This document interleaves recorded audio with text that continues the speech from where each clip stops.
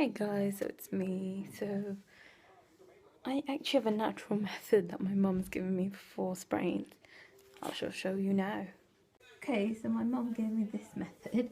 So basically, to help bring out a bruise, let me just unwrap this present.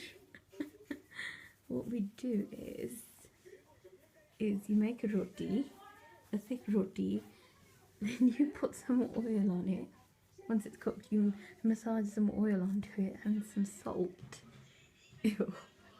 And then, because it's nice and warm, you put it on the foot and tie it up. This will help bring up the bruise or the swelling a lot quicker. So guys, you can try that out. I'll let you know how mine works out. So yeah, take care guys.